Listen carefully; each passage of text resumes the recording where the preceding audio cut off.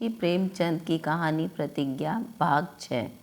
लाला बद्री प्रसाद के लिए अमृत राय से अब कोई संसर्ग रखना असंभव था। विवाह तो दूसरी बात थी। समाज में इतने घोर अनाचार का पक्ष लेकर अमृत राय ने अपने को उनकी नज़रों से गिरा दिया। उनसे अब कोई संबंध करना बद्री प्रसाद के लिए कलंक की बात थी। अमृत राय के बाद दाननाथ से उत्तम वर उन्हें कोई और न दिखाई दिया। अधिक खोज पूछ करने का अब समय भी न था। अमृत राय के इंतज़ार में पहले ही बहुत विलंब हो चुका था। बिरादरी में लोग उंगलियां उठाने लगे थे। नए संबंध की खोज में विवाह के एक अनिश्चित समय तक टल जाने का भय था। इसलिए मन इधर उधर न दौड़ाकर उन्होंने दाननाथ ही से बात पक्की करने का निश्चय कर लिया। देवकी ने भी कोई आपत्ति न की। प्रेमा से ने इस विषय में उदासीनता प्रकट की। अब उसके लिए सभी पुरुष समान थे। किसी के साथ जीवन का निर्वाह कर सकती थी। उसकी चलती तो वह अविवाहित ही रहना पसंद करती, पर जवान लड़की बैठी रहे यह कुल के लिए घोर अपमान की बात थी। इस विषय में किसी प्रकार का दुराग्रह करके वह माता पिता का दिल न दुखाना चाहती थी। जिस दिन अमृत राय ने वह भीषण प्रतिज्ञा की, उसी दिन प्रेमा ने समझ लिया कि अब जीवन में मेरे लिए सुख लोप हो गया। पर अविवाहित रहकर अपनी हंसी कराने की अपेक्षा किसी की होकर रहना कहीं सुलभ था। आज से 2-3 साल पहले दाननाथ ही से उसके विवाह की बातचीत हो रही थी, यह वह जानती ही थी। बीच में परिस्थिति न बदल गई होती तो आज वह दाननाथ के घर होती। दाननाथ को वह कई बार देख चुकी थी। वह रसिक है, सज्जन है, विद्वान है, या उसे मालूम था। उनकी सचरित्रता पर किसी को संदेह न था। देखने में भी बहुत सजीले गठीले आदमी थे। ब्रह्मचर्य की कांति मुख पर झलकती थी। उससे उन्हें प्रेम था, यह भी उससे छिपा न था। आंखें हृदय के भेद खोल ही देती है। अमृत राय ने हंसी हंसी में प्रेमा से इसकी चर्चा भी कर दी थी। यह सब होते हुए प्रेमा को इनका जो कुछ ख्याल था वह इतना ही था कि वह अमृत राय के गहरे दोस्त हैं। उनमें बड़ी घनिष्ठता है। वह धनी नहीं थे, पर यह कोई ऐब न था, क्योंकि प्रेमा विलासिनी न थी। क्यों उसका मन अमृत राय की ओर बढ़ता था और दाननाथ की ओर से खिंचता था, इसका कोई कारण वह स्पष्ट नहीं कर सकती थी। पर इस परिस्थिति में उसके लिए और कोई उपाय नहीं था। फिर भी अब तक उसने दाननाथ को कभी इस दृष्टि से न देखा था। उसने मन में एक संकल्प कर लिया था। अब हृदय में वह स्थान खाली हो जाने के बाद दाननाथ को वहाँ प्रतिष्ठित करने में उसे शोभ नहीं हुआ। उसने मन को टटोल कर देखा तो मालूम हुआ कि वह दाननाथ से प्रेम भी कर सकती है। बद्री प्रसाद के विवाह के विषय में उसकी अनुमति आवश्यक समझते थे। कितनी ही बातों में वह बहुत उदार थे। प्रेमा की अनुमति पाते ही उन्होंने दाननाथ के पास पैगाम भेज दिया। दाननाथ अब बड़े असमंजस में पड़े। यह पैगाम पाते ही उन्हें फूल उठना चाहिए था, पर यह बात न हुई। उन्हें अपनी स्वीकृति लिख भेजने में 1 सप्ताह से अधिक लग गया। भांति भांति की शंकाएं होती थीं।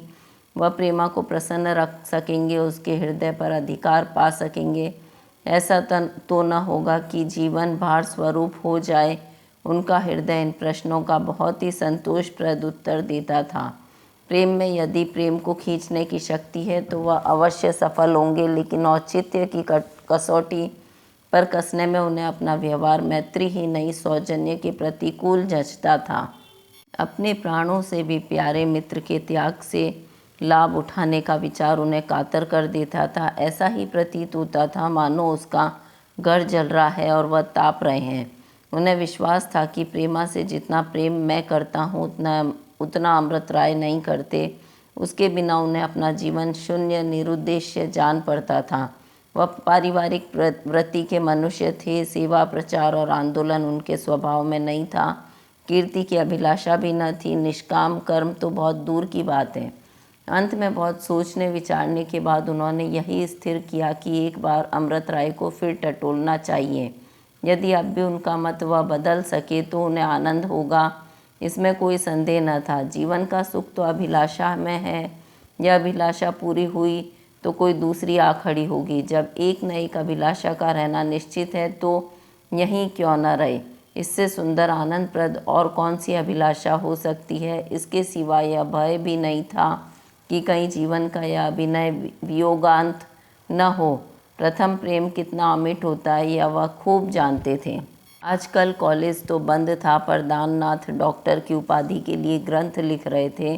भोजन करके कॉलेज चले जाते थे। वहाँ पुस्तकालय में बैठे जितनी सुविधाएं थी घर पर न हो सकती थी। आज वह सारे दिन पुस्तकालय में बैठे रहे, पर न तो एक अक्षर लिखा और न एक लाइन पढ़ी। उन्होंने वह दुस्तर कार्य कर डालने का निश्चय कर लिया जिसे वह कई दिनों से टालते आते थे। क्या क्या बातें होंगी, मन में यही सोचते वह अमृत राय के बंगले पर जा पहुँचे। सूर्यदेव पुष्पों और पल्लवों पर अपने अंतिम प्रसाद की स्वर्ण वर्षा करते जा रहे थे। टमटम तैयार खड़ी थी, पर अमृत राय का पता न था।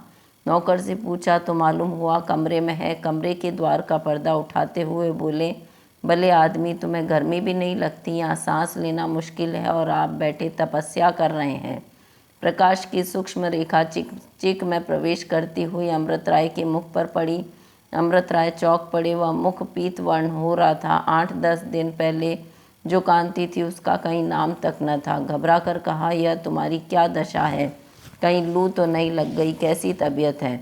अमृत राय ने दाननाथ को गले लगाते हुए कहा, ऐसा भी कभी हुआ है कि तुमने मुझे देखकर कहा हो, आजकल तुम खूब भरे हो? तुम्हें हमेशा ही बीमार नजर आता हूँ, हर बार पहले से अधिक। जीता कैसे हूँ यह भगवान ही जाने। दाननाथ हंस पड़े, पर अमृत राय को हंसी नहीं आई। गंभीर स्वर में बोले, सारी दुनिया के सिद्धांत चाटे बैठे हो, अभी स्वास्थ्य रक्षा पर बोलना पड़े तो इस विषय के पंडितों को भी लज्जित कर दोगे। पर इतना नहीं हो सकता कि शाम को सैर कर लिया करो। दाननाथ ने मुस्कुराते हुए कहा, मेरे पास टमटम होती तो सारे दिन दौड़ाता, घोड़ा भी याद करता कि किससे पाला पड़ा है। पैदल मुझे सैर में मज़ा नहीं आता। अब निकालो कुछ सिगार विगार निकालोगे या बूढ़ों की तरह कोसते ही जाओगे? तुम्हें संसार में बड़े बड़े काम करने हैं। तुम देह की रक्षा करो। तुम्ही ने तो संसार के उद्धार करने का ठेका लिया है। यहाँ क्या एक दिन चुपके से चल देना है?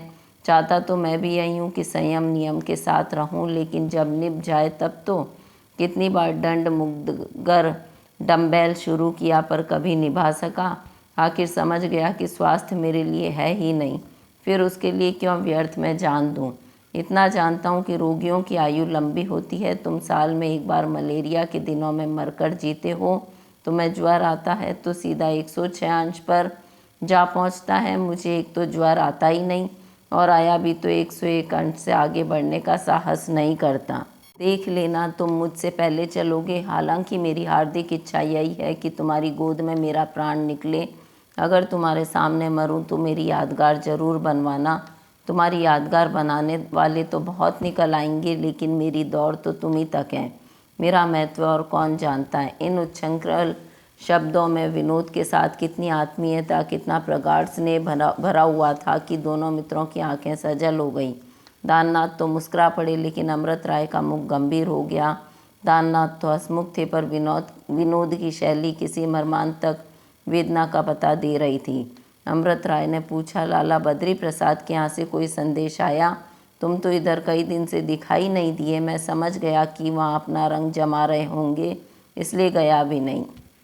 अमृत राय ने यह प्रसंग छेड़कर दाननाथ पर बड़ा एहसान किया, नहीं तो वह यहाँ घंटों गपशप करते रहने पर भी प्रश्न मुख पर न ला सकते। अब भी उनके मुख के भाव से कुछ ऐसा जान पड़ा कि यह प्रसंग व्यर्थ छेड़ा गया। बड़े संकोच के साथ बोले, हाँ संदेशा तो आया है, पर मैंने जवाब दे दिया। अमृत राय ने घबराकर पूछा, क्या जवाब दे दिया? दाननाथ, जो मेरे जी में आया। आखिर सुनूं तो तुम्हारे जी में क्या आया? यही कि मुझे स्वीकार नहीं है। यह क्यों भाई? क्या प्रेमा तुम्हारे योग्य नहीं है? नहीं, यह बात नहीं, मैं खुद उसके योग्य नहीं हूँ। अमृत राय ने तीव्र स्वर में कहा, उसके योग्य नहीं हो तो इतने दिनों से उसके नाम पर तपस्या क्यों कर रहे हो? मैं बीच में ना पड़ता तो क्या इसमें कोई संदेह है कि उससे तुम्हारा विवाह हो गया होता? मैंने देखा कि तुम इस शोक में अपना जीवन नष्ट किए डालते हो। तुमने कितने ही पैगाम लौटा दिए। यहाँ तक कि मुझे इसके सिवाय कोई उपाय न रहा कि मैं तुम्हारे रास्ते से हट जाऊँ। मुझे भय हुआ कि उसके वियोग में घुलते घुलते कहीं तुम एक दिन मुझे अकेला छोड़कर बचता धंधा न करो। मैंने अपने हृदय को टटोला तो मुझे जान पड़ा मैं यह आघात सह सकता हूँ, पर तुम नहीं सह सकते। भले आदमी, तुम्हारे लिए तो मैंने अपने ऊपर इतना बड़ा जब्र किया और अब तुम कन्या काट रहे हो। अब अगर तुमने कोई मीन मेख निकाली तो मैं तुम्हें मार ही डालूंगा, समझ लेना। चुपके से मेरी टमटम पर बैठो और लाला बद्री प्रसाद के पास जाकर मामला खड़ा कराओ। दाननाथ ने बिजली का बटन दबाते हुए कहा, तुम इस काम को जितना आसान समझते हो उतना आसान नहीं है, कम से कम मेरे लिए।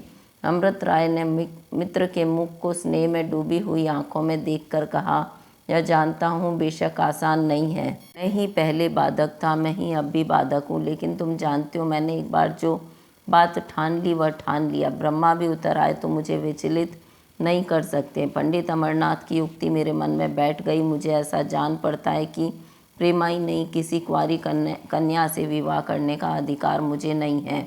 ईश्वर ने वह अधिकार मेरे हाथ से छीन लिया। प्रेमा जैसी दुर्लभ वस्तु को पाकर छोड़ देने का मुझे कितना दुख हो रहा है यह मैं ही जानता हूँ, और कुछ कुछ तुम भी जानते हो। लेकिन इस शोक में चाहे मेरे प्राण निकल जाएं, जिसकी कोई संभावना नहीं है, तो भी मैं अपने विधुर जीवन में प्रेमा को प्रवेश न करने दूंगा।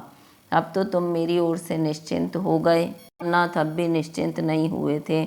उनके मन में एक नहीं सैकड़ों बाधाएं आ रही थी। इस भय से कि यह नई शंका सुनकर अमृत राय हंस न पड़े, वह स्वयं हंसकर बोले, मुझे जैसे लफंगे को प्रेमा स्वीकार करेगी यह भी ध्यान में आया है जनाब के?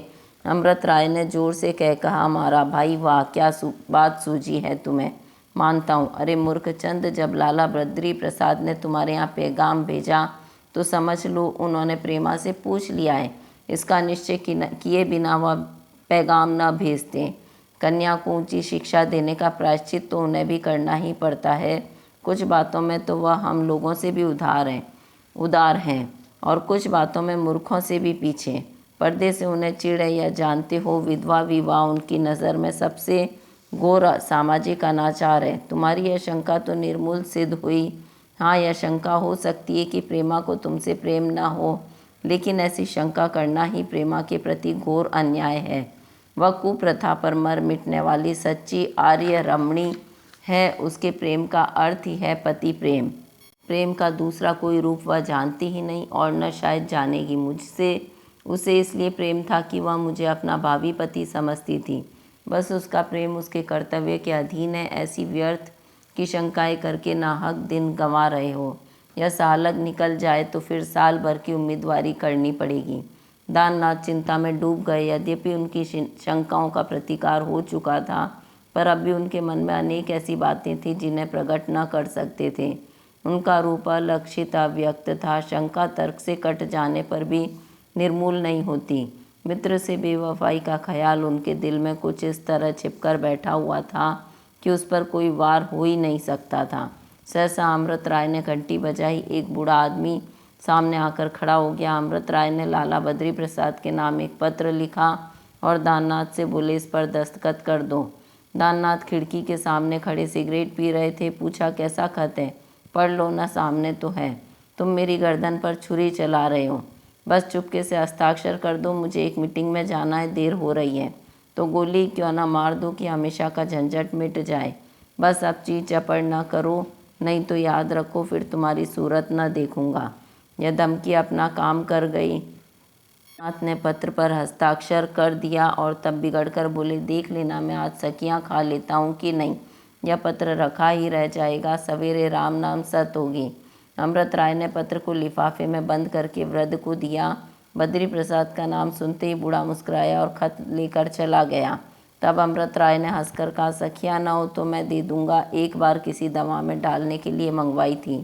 दाननाथ ने बिगड़कर कहा, मैं तुम्हारा सिर फोड़ दूंगा। तुम हमेशा से मुझ पर हुकूमत करते आए हो और अब भी करना चाहते हो, लेकिन अब मुझ पर तुम्हारा कोई दाब न चलेगा। आखिर मैं भी तो कोई चीज़ हूँ। अमृत राय अपनी हंसी को न रोक सके। प्रतिज्ञा कहानी मुंशी प्रेमचंद, भाग 6।